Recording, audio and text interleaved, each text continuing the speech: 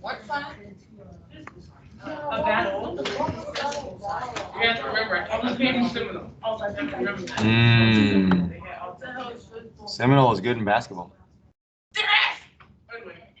They won district one year. Just like 2 years ago they won, or last year they won district. Or wait, no, I'm sorry.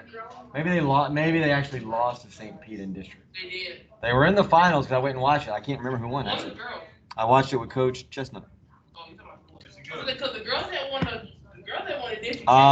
Yes. You do online classes too? Yeah, most of my algebra are all online. Well, not all online, but like online and face-to-face. Geometry, no, I don't have any geometry. I'm setting this up just to record today because I have to start a session in order to record. I do it through the same thing. All right, so now it'll be recorded. I'll post it. I don't know how. I guess I'll have to put geometry in the title so you can find it. But so inscribed angle, ladies, we got too much to cover, so you need to be paying attention. So I'm going to draw a picture to explain this. I think that's the easiest way to do it. If you have a circle. You can hear us? You can hear you talking. Oh, there's nobody on it. I'm just recording it to record. What you saying? Yeah, but I'm saying like while you're recording, can it? Oh yeah, absolutely. Okay. Yeah. Oh yeah.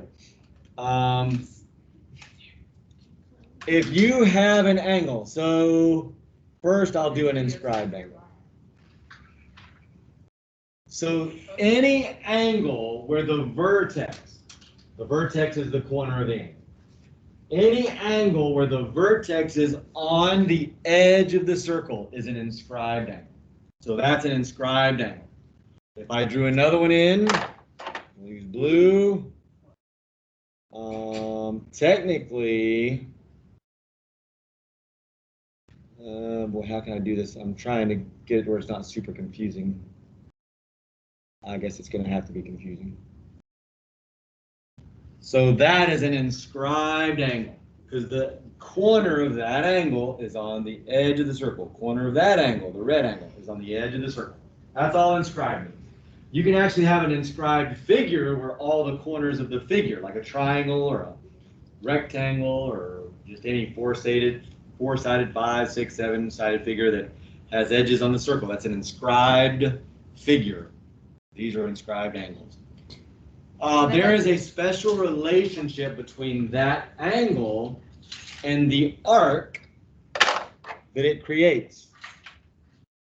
So that's the arc kind of that it creates. Wait, so how's the triangle on the edge? Well, I don't have a triangle in So how's it on the edge? there. The corner of it is on the edge. Corner is on the edge of the circle. That's what inscribed means. The vertex is what it's really called. The vertex is on The vertex is on the edge of the circle. Because remember, before we did central angles. So from the center of the circle, so here's an angle right here, that's a central angle. So we're really just distinguishing between central angles, which means they come from the center of the circle, and an inscribed angle. So this is an inscribed angle because it's on the edge of the circle. That's an inscribed angle. Yes, you want to look at it like that. It's an angle. Like whatever you need to think of to understand what it is. I'm fine with that. So there is a relationship between the arc and the angle. The measure of the arc is twice the measure of the angle. So that's the main thing you need to know. So if this angle down here, pretty skinny, we'll say if that is 18 degrees, then the measure of this arc is 36 degrees. It's twice. For an inscribed angle. What was the measure of a central angle and its arc? What was the relationship between those? Yeah, they're the same. So again, a central angle has the same measure. We went over this 2 weeks ago probably. They have the same measure if it's a central angle If it's an inscribed angle, then this angle is half the arc. So those are two extremely important relationships in circles. That, and then of course, what's the most important thing about circles? Radius. Something about the radius is going to probably be in there, as you'll see when we do problems later. All right. Whoops. Oh, that's pretty cool. So we went over this problem. I'm gonna have you write some of that stuff down in a minute. Oh, I'll do this first, then we'll go back to the book, the online book. We went over a problem where we said, all right, well, let's use that information and let's solve out for everything we can solve out for on this circle. And I think they asked for something specific on the circle, but we just, I think, just solved out for everything we could. So if we know these pieces of information, right? That's everything that's given to us. We can fill out a bunch of other stuff. Oh, and there was actually one more thing that we knew, which I'll go back over. I don't think we need to know it for this. I think there's another way to figure it out. What can we fill in already? What can we, based on what we just learned about an inscribed angle and the arc, what pieces can we fill out?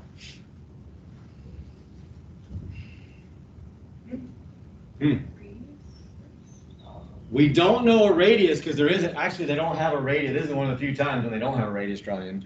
There's the center of the circle. There's no radius drawn in. So we don't know anything about the radius in We this. can figure out arc EDC. So let's look at that. So, cool, I'm going to get rid of all of that just so I can show you what Josiah just said. So Josiah said, well, we can figure this out because I know this one. Here's what you need to get used to looking for when you deal with circles.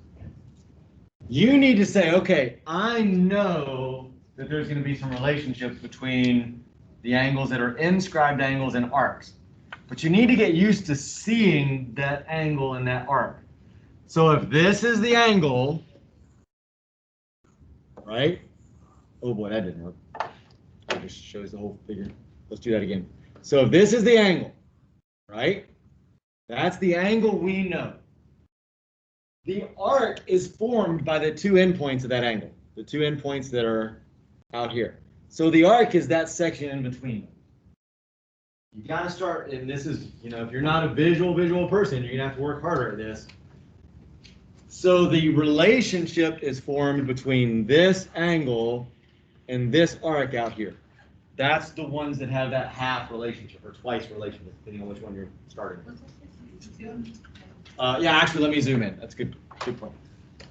I forget how small it is sometimes if I'm up here right at the screen myself. I might be able to fit one more zoom on there. Yeah, I think that'll work. Oh, maybe not. Yeah, that's close enough. You can kind of see where I. So if this, again, this is the angle, I need to figure out which arc is like tied to that angle. Well, the arc tied is from the endpoint to the endpoint. So what Josiah said is, well, if I know this is 62, then I know the arc it creates is twice that. That's the relationship we just learned in the middle. So 2 times 62 is 124. So this whole arc from C to E, actually I could label it, I guess. Arc EC. That's the way you would write an arc. Technically, I should probably do the measure, I guess, of the arc. Is twice the measure of that angle, or 124. I like writing it on the figure itself instead of labeling it. That helps me, but whatever works for you. So I know that whole thing is 124. So you're answering another thing? I'm asking something else. What else can we fill out? What did we just say in the middle? An inscribed angle and its arc. What is the relationship between them? So this is half of that. Or really, since we knew this, it's twice that. So the arc is twice the angle, the angle is half the arc. It depends on which one you start with, is which formula you would use. Can I figure something else? We can figure something else, but I'm gonna have somebody else figure it out. Who was here last class? Taryn, you were here, right? Not mentally. All right, so then we're gonna still go to you. Well, you should still be able to answer this question. What else can I fill out in this circle? I really do not. Yes, you can. Nope. Nope. I mean, you. Or Kaya. Huh? Kaya, you could answer it too. Kaya was dead and was sleeping. Yeah, but this is like old stuff. Anybody can answer this that's really been in class. Well, once you find out one or I'm gonna go to somebody that wasn't even in class, and they'll be able to tell me. I just said.